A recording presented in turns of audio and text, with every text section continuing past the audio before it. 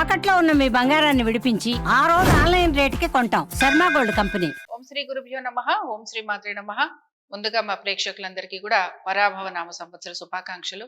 మీరెప్పుడు ఆనందంగా ఉండాలని కోరుకుంటూ, అలాగే మీ మనసులో ఉన్న ప్రతి కోరిక తీరాలని కోరుకుంటూ నేను ఈ ద్వాదశ రాశుల వారి ఫలితాలను మొదలు పెడుతున్నాను. ధనురాశి ప్రేక్షకులందరికీ కూడా పరాభవ నామ సంవత్సర శుభాకాంక్షలు. ధనురాశి వారికి ఈ సంవత్సరం ఏ విధంగా ఉందో పరిశీలిద్దాం. ఆదాయం 14, వ్యయం 11, రాజపూజ్యం 5, అవమానం 6.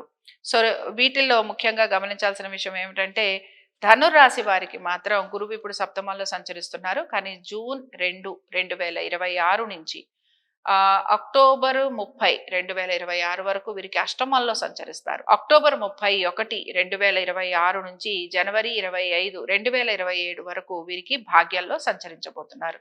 సో ప్రధానంగా మనం ఇక్కడ గమనించాల్సిన విషయం ఏమిటంటే గురువు అష్టమంలో సంచరించినప్పుడు వీరికి ఎటువంటి ఫలితాలు ఉంటాయో చూద్దాం.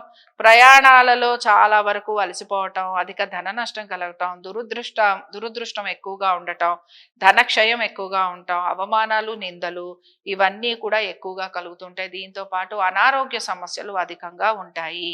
అలాగే ఎప్పుడైతే సింహంలోకి అంటే భాగ్యస్థానంలోకి మారుతారో అప్పుడు నెమ్మదిగా మీకు మీ ఐశ్వర్యం పెరుగుతుంది, సౌభాగ్యం వృద్ధి చెందుతుంది, అలాగే మీకు అదృష్టం కలుగుతుంది. దీంతో పాటు ఇంకొక విషయాన్ని గమనించాల్సింది ఏంటంటే అర్ధాష్టమ శని నడుస్తోంది, మీకు చతుర్థంలో శని సంచారం నడుస్తోంది. కాబట్టి దీని వలన కొంతవరకు భార్యాభర్తల మధ్యన ఇబ్బందులు కలుగుతూ ఉంటాయి. కుటుంబంతోటి ఎక్కువగా సమయం గడపలేకపోతూ ఉంటారు. అలాగే బంధువులతోటి ఇబ్బందులు కలుగుతాయి. ఆస్తికి సంబంధించిన నష్టం కలుగుతూ ఉంటుంది. తర్వాత భార్యాభర్తలలో ఎవరికో ఒకరికి కొంత చిన్న చితక అనారోగ్య సమస్యలు ఉంటాయి. తల్లిదండ్రుల ఆరోగ్యం గురించి కూడా జాగ్రత్త తీసుకోవాలి. సరే, రాహుకేతువులు డిసెంబర్ 5వ తారీఖు తర్వాత నుంచి మారుతారు. కాబట్టి వీరికి రాహువు ఇప్పుడు తృతీయంలో సంచరిస్తున్నారు. కానీ డిసెంబర్ 5వ తారీఖు తర్వాత నుంచి వీరికి ద్వితీయంలోకి మారబోతున్నారు. దాని పరంగా వీరికి ఏమిటి అనంటే ఆర్థిక పరమైన విషయాలలో మీరు మీ కుటుంబ సభ్యుల యొక్క సలహాలు సూచనలు పాటించడం మంచిది. కేతువు అష్టమంలోకి మారుతాడు. కాబట్టి ఇక్కడ ఏమిటంటే ప్రమాదాలు లాంటివి రాకుండా చూసుకోవాలి. సో ధనురాశి వారు కొంచెం కంఫర్ట్ జోన్ నుంచి ఇబ్బందికి అయితే మారబోతున్నారు. కొంచెం చిన్న చిన్న సమస్యలు అనేవి కలిగేందుకు అవకాశం ఉంటుంది. గురువు ఉచ్చ స్థితిలోనే ఉన్నా కూడా అష్టమంలోకి రాబోతున్నాడు. కాబట్టి ఈ విషయాన్ని గమనించాలి. సరే, ఆర్థిక పరమైన విషయాల్లో మనం ఇందాకే చెప్పుకున్నాం. అట్లీస్ట్ అక్టోబర్ 31, 2026 నుంచి జనవరి 25, 2027 వరకు కొంచెం జాగ్రత్తగా ఉండాలి. ఈ టైం పీరియడ్లో మీకు ఆర్థికంగా అభివృద్ధి అనేది కనపడుతుంది. అలాగే మీ కృషికి తగిన ఫలితాలు కూడా మీకు కనపడుతూ ఉంటాయి. ఎప్పటి నుంచో రావాల్సిన లాభాలు ఏవైతే ఉంటాయో అవన్నీ కూడా వచ్చేందుకు అవకాశం ఉంటుంది. కుటుంబ సభ్యులతోటి కూడా కొంచెం చిన్న చితక ఇబ్బందులు అయితే ఉంటాయి. ఆస్తిపాస్తుల గురించి చాలా వరకు జాగ్రత్త వహించాలి. కోర్టు కేసులు లాంటివి అధికంగా ఉంటాయి. మీ యొక్క అన్నదమ్ములు, సోదర సోదరీమణులతోటి ఆస్తికి సంబంధించిన విభేదాలు లాంటివి వచ్చేందుకు అవకాశం ఉంటుంది. తల్లిదండ్రుల ఆరోగ్యం గురించి ప్రత్యేక శ్రద్ధను కనపరచాలి. సుఖము, సౌకర్యము వీటి గురించి గనక మనం మాట్లాడితే అన్నీ ఉన్నా కూడా ఏదో ఒక లోటు అనేది మాత్రం మీకు ఎక్కువగా కనపడుతూ ఉంటుంది. ఇంకా కోర్టు కేసులు ఇవి గనక చూసుకుంటే కోర్టు కేసులు అన్నీ కూడా వాయిదా పడే అవకాశాలు ఎక్కువగా ఉంటాయి. అనుకున్న విధంగా ఎక్కడా కూడా మీకు అనుకూలత అనేది కనిపించదు. మీతో పాటే ఉంటూ మిమ్మల్ని మోసం చేసేవారు ఎక్కువగా ఉంటారు. అలాగే శత్రువుల వలన ఇబ్బందికి గురవుతూ ఉంటారు.